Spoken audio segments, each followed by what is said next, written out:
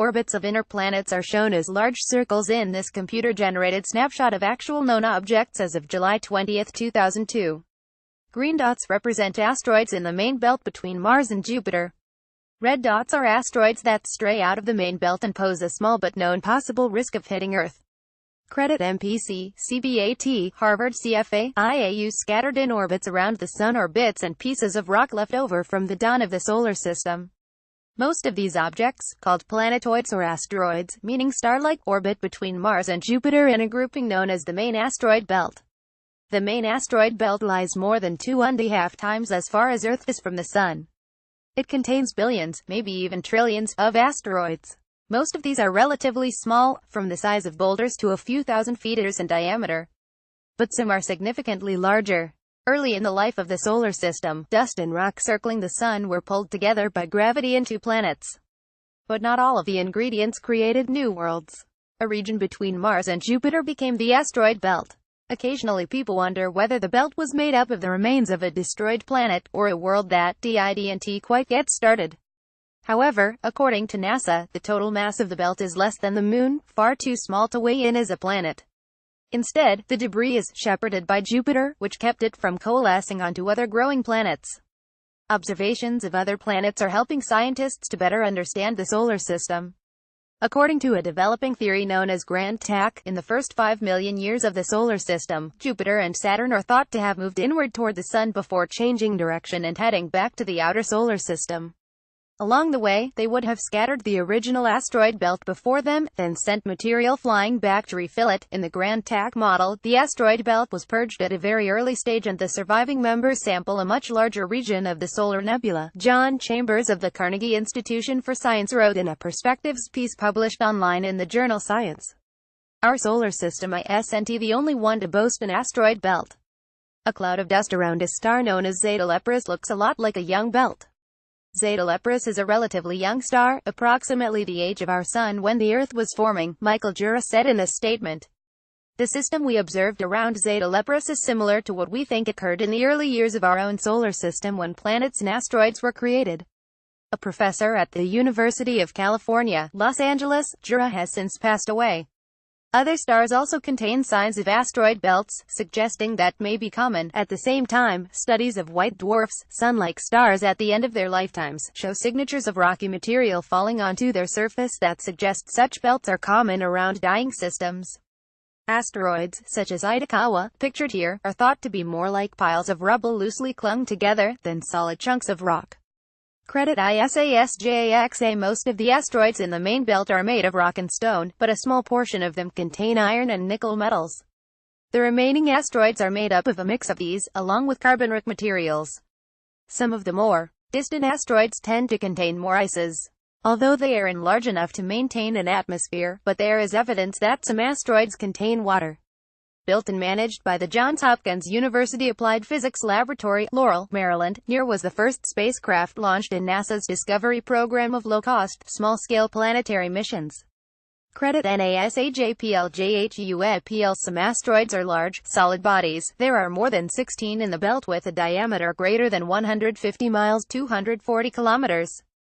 The largest asteroids, Vesta, Pallas and Hygiea, are 250 miles 400 kilometers long and bigger. The region also contains the dwarf planet Ceres, at 590 miles 950 kilometers in diameter, or about a quarter of the size of our Moon. Ceres is round yet is considered too small to be a full-fledged planet. However, it makes up approximately a third of the mass of the asteroid belt. Gallery asteroid pictures. Other asteroids are piles of rubble held together by gravity. Most asteroids aren't quite massive enough to have achieved a spherical shape and instead are irregular, often resembling a lumpy potato. The asteroid 216 Cleopatra resembles a dog bone. Asteroids are classified into several types based on their chemical composition and their reflectivity, or albedo. CTYPE asteroids make up more than 75% of known asteroids. The C stands for carbon, and the surfaces of these extremely dark asteroids are almost coal-black. Carbonaceous chondrite meteorites on Earth have a similar composition, and are thought to be pieces smashed off of the larger asteroids. While CTYPE asteroids dominate in the belt, according to the European Space Agency, they make up only about 40% of the asteroids closer to the Sun. These include subgroups of B-type, F-type, and G-types. S-type asteroids are the second most common type, making up about 17% of known asteroids. They dominate the inner asteroid belt, becoming rarer farther out. They are brighter and have metallic nickel-oran mixed with iron and magnesium silicates. The S stands for silicaceous. M-type asteroids, M for metallic, are the last major type. These asteroids are fairly bright and most of them are composed of pure nickel-oran. They tend to be found in the middle region of the asteroid belt. The remaining rare types of asteroids are A-type, D-type, E-type, P-type, Q-type, and R-type.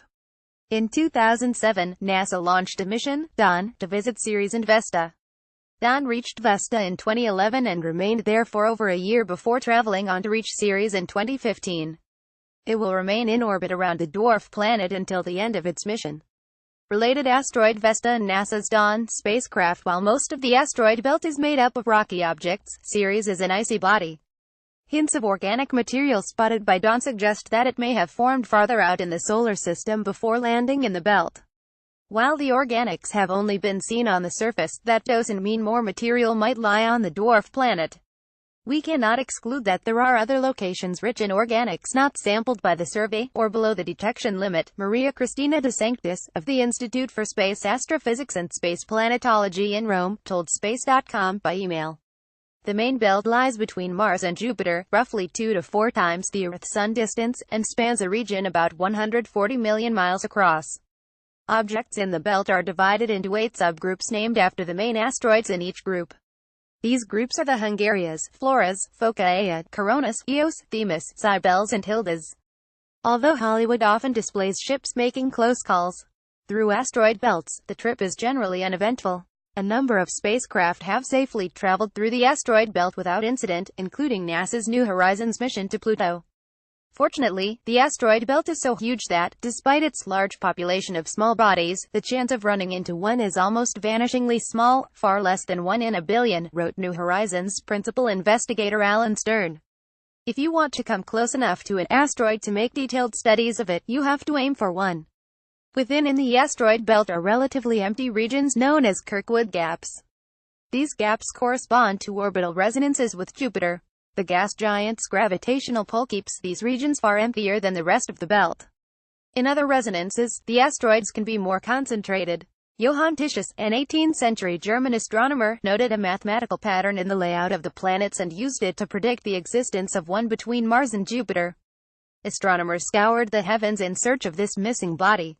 In 1800, 25 astronomers formed a group known as the Celestial Police, each searching 15 degrees of the zodiac for the missing planet. But the discovery of the first body in this region came from a non-member, Italian astronomer Giuseppe Piazzi. He named it Ceres. A second body, Pallas, was found a little over a year later. For some time, both of these objects were referred to as planets.